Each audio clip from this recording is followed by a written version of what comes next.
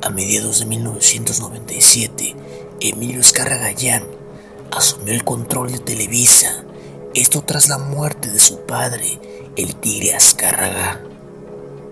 Al asumir tal mando, por ende, también quedó al frente del Club América, pero por la urgencia de estabilizar la empresa que peligraba y la acechaban los grandes tiburones blancos de los negocios, Azcárraga Gallán tuvo que enfocarse al 100% a la televisora y dejar de lado, en un segundo término, a su amado América. Por eso, durante los primeros 6 años, los altos ejecutivos de Televisa se hicieron cargo y nombraron a los 3 primeros presidentes en la nueva era del heredero del Tigre.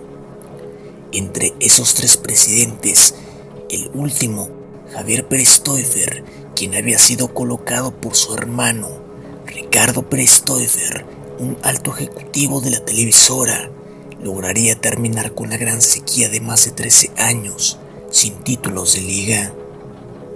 A partir de ahí, Emilio, ya con el control de Televisa bien estabilizado y con la pasión futbolística que le brotaba de la piel, decidió que era el tiempo y el momento de que él comenzara a nombrar a los presidentes de su amado América. Pero su inexperiencia en el conocimiento del manejo de un equipo de fútbol profesional le hizo pensar que colocar amigos cercanos, más que un directivo bien preparado, bastaba y sobraba para que la América volviera a tener años de gloria, como cuando su padre gobernaba el fútbol mexicano.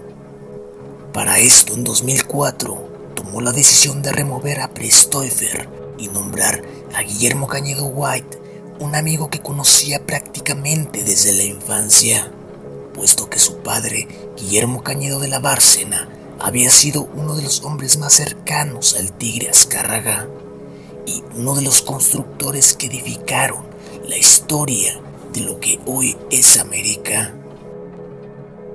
Cañedo White recibió toda la confianza de Emilio y le dejaba el control total y la cartera abierta para que llevara al América a lo más alto del fútbol mexicano.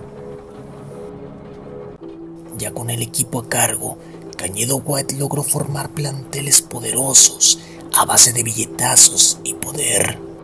Levantó el castigo a Cuauhtémoc Blanco y lo trajo de vuelta, y le cumplió el capricho de traer a Clever Boas para que lo acompañara en la delantera. Además de firmar al gran Claudio El Piojo López, formando uno de los tridentes más temibles en toda la historia de la América. En tan solo un año, Cañedo White logró concretar que el equipo consiguiera un título de liga y un campeón de campeones. Además de que en 2006 levantaban la Copa de Campeones de CONCACAF. Parecía que se venía una gran época del América.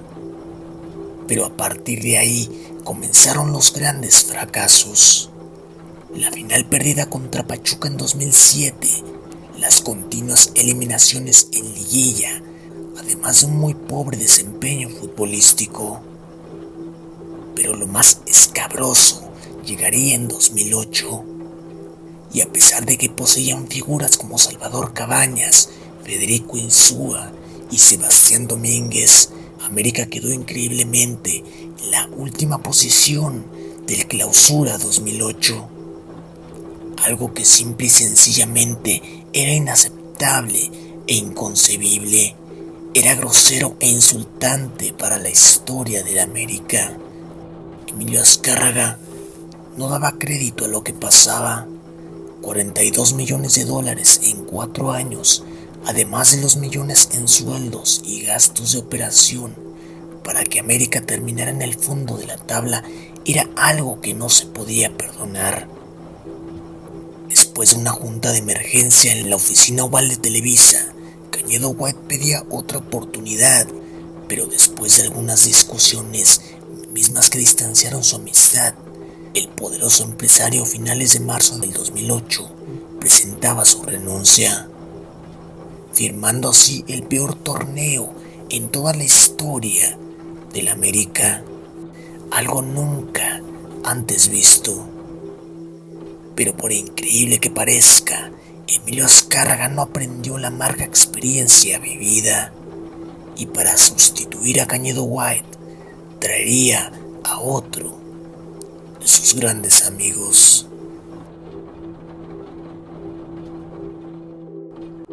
Michel Bauer tomaba las riendas del América con la misión de sacarlo de la penosa situación en que estaba y sobre todo alejarlo de las garras del abismo del descenso.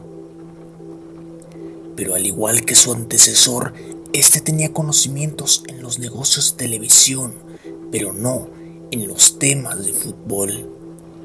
De todas formas, Bauer también recibió la cartera abierta para llevar a las Águilas a los lugares que demandaba la historia americanista. Pero cometiendo el mismo error que Cañedo White, Michel Bauer pensaba que a billetazos América saldría del pozo en el que estaba metido.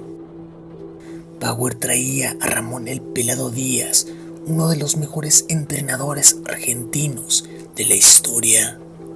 Y a pesar de que le cumplieron todos sus caprichos, ni siquiera logró completar 2 torneos y fue echado a mitad de Clausura 2009. Así pasaron Chucho Ramírez, Carlos Reynoso, Alfredo Tena, y los resultados negativos continuaron sin tregua. América era eliminado continuamente en liguillas, siendo humillada y denigrada la historia de las Águilas. Emilio Azcárraga le tenía tanto aprecio a Bauer que seguía confiando en él, pero el límite llegaría en el Apertura 2011, donde América quedó en penúltimo lugar, y lo peor de todo, con el cociente del descenso acechándolo muy de cerca. La era de Michel Bauer había terminado. Emilio Azcárraga pagaba la grandísima tontería de darles el control total del América a amigos que no tenían ni la más mínima idea de lo que era presidir un equipo de fútbol. El América que tanto había dedicado su padre para llevarlo a lo más alto del fútbol mexicano, Azcárraga Gyan, por ocurrencias, lo había llevado a los lugares penosos que seguramente el Tigre nunca imaginó que estuviera. Mientras Azcárraga mismo quirúrgicamente elegía a los presidentes de la América, Azcárraga Gyan, para reforzar la amistad, colocó a sus amigos. Pero como no hay mal que por bien no venga, esas tragedias históricas finalmente hicieron entender a Emilio que el presidente de la América no podía ser cualquiera.